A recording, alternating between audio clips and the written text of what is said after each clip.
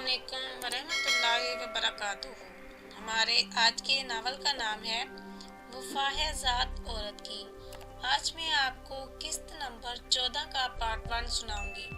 अगर वीडियो पसंद आए तो कमेंट सेक्शन में अपनी राय का इजहार ज़रूर कीजिएगा। अगर चैनल पर नए हैं तो चैनल को सब्सक्राइब करें, वीडियो को ज़्यादा से ज़्यादा लाइक और शेयर करें। सुनते हैं किस्त नंबर 14 का पार्ट 1। फ़हीम साहब, माजरत चाहूँगा, मैं ये सौदा मंसूख करता हूँ। शायद आपको हैरानी हो, लेकिन जिस फिल्म में मिस ईमान काम करेंगी वो कम अज़ कम मेरी लिखी हुई नहीं होगी।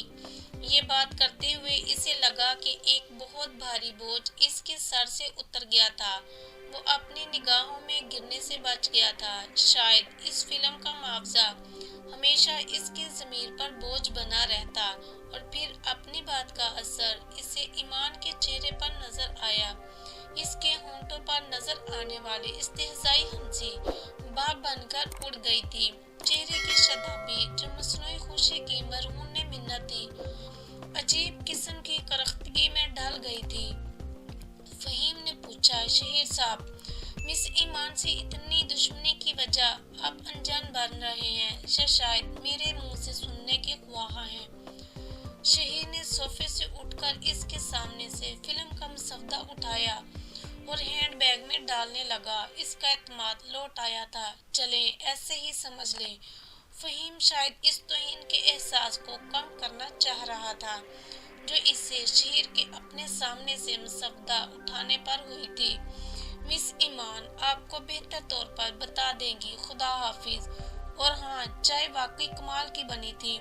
ये कहकर इसने इस्तेहज़ाई निगाह ईमान अली पर डाली और लंबे डाक बरता वहां से जाने लगा। शहीर साहब, फ़हीम ने इसे आवाज दी। वो रुक कर पीछे देखने लगा। को आपका अंदाज बहुत तौहीन अमेज है, मगर फिर भी मैं वजह आपके मुंह से सुनने का ख्वाहिशमंद हूँ। मेरी बेगम का इसरार, बल्कि हुक्म समझो। इसने सरीहन झूठ बोला और फिर फ़हीम की बात सुने बगैर बाहर निकल आया। मानो का जिक्र इसने ईमान को जलाने के लिए किया था। कोई इस बात से मानो की होने वाली का अजाला तो मुमकिन नहीं था, मगर फिर भी कुछ न होने से बेहतर था। जैसे ही वो पार्किंग में पहुंचा, किसी की कॉल आने लगी। मोबाइल फोन निकालने पर इसने अजनबी नंबर नजर आया। यस, इसने कॉल रिसीव की। शहीर साहब बात कर रहे हैं। नस्वानी आवाज सुनकर इसे हैरानी हुई। पिछले चंद माह से इसे कोई कॉल नहीं आई थी। जी, शहीर बोल रहा हूँ। सर, मैं नसरीन बात कर रही हूँ। शायद आपको याद ना हो, मगर आपसे मुलाकात हो चुकी है। आपने फंदी साहब को सिफारिश करके मुझे ड्रामे में काम दिलाया था। जी नसरीन, इसके ज़हन में एक कबूले सूरत लड़की का हुलिया उभरा। सर, मेरे पास तफसील बताने का तो वक्त नहीं है। बस इतना समझ ले कि आज आपने फ़हीम आलम से फिल्म के मसवदे का सौदा नहीं करना। क्यों? इससे शदीद हैरानी महसूस हुई। सर, वो फसी आलम का बेटा है और कल शहाब मिर्जा, फसी आलम और फ़हीम आलम शहाब मिर्जा के ऑफिस में आपसे किसी तौहीन का बदला लेने का मंसूबा बना रहे थे। नाज़ली नाम की एक वाजबी सी अदाकारा भी इनके हमरा थी। मैं ज्यादा तफसील में तो नहीं जान सकी, बस उड़ती उड़ती बात मेरे कानों में पहुंची थी। तुम वहाँ क्या कर रही थी? शहाब मिर्जा नया ड्रामा बना रहा है, ऑडिशन देने गई थी। उसी वक्त इनकी बातें सुनी। मैं कल ही आपको ये सब बता देती, मगर मेरे पास आपका नंबर नहीं था। अभी थोड़ी ही देर पहले सनूबर से लिया है और इसी वक्त आपको कॉल कर दी। इतनी मेहरबानी किस लिए? वो पूछने से बाज ना आ सका। यूं ही सर, आपके मुतालिक इनकी तौहीन अमेज गुफ्तगू मुझे पसंद नहीं आई। फिर आप मेरे मौसन भी तो हैं कि आपकी वजह से मुझे चंद ड्रामों में काम करने का मौका मिला।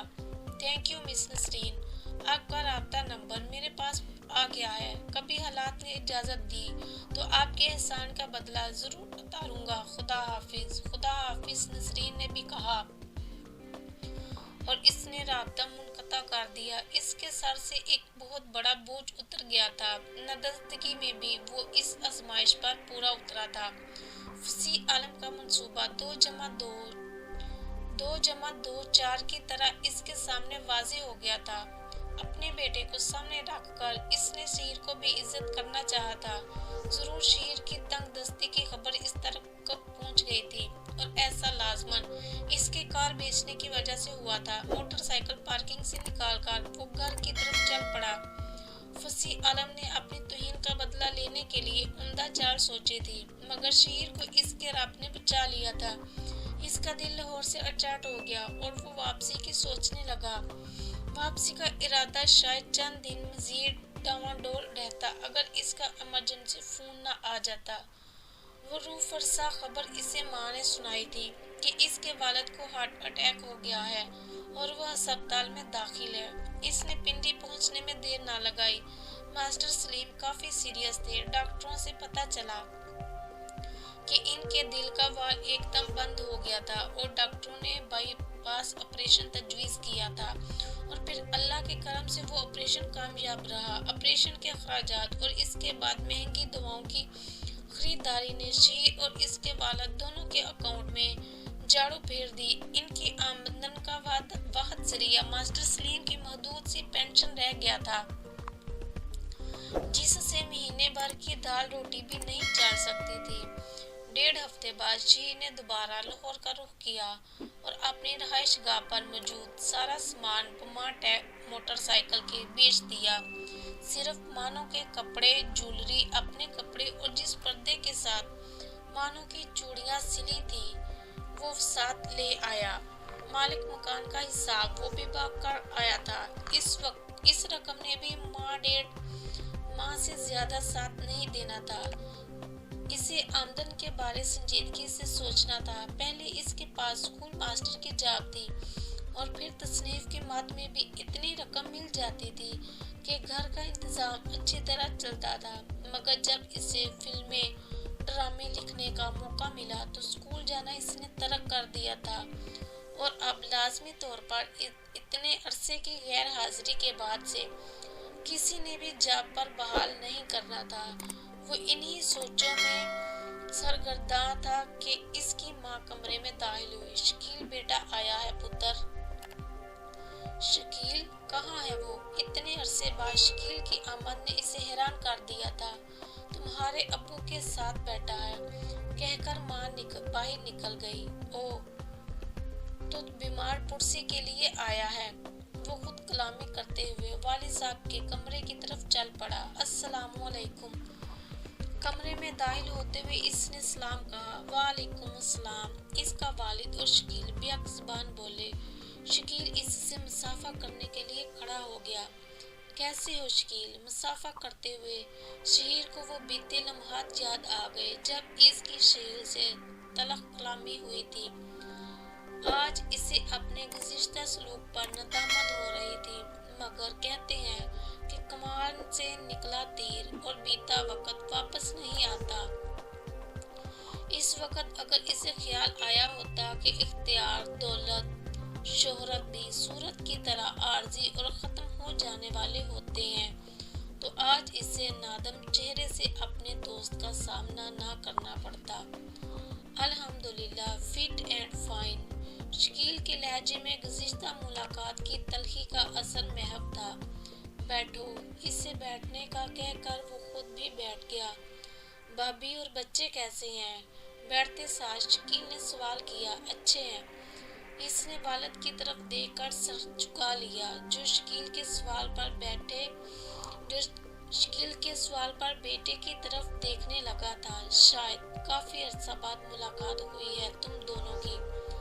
मास्टर सलीम ने शकील के सवाल से इनके दरमियान फासले को जांच लिया था।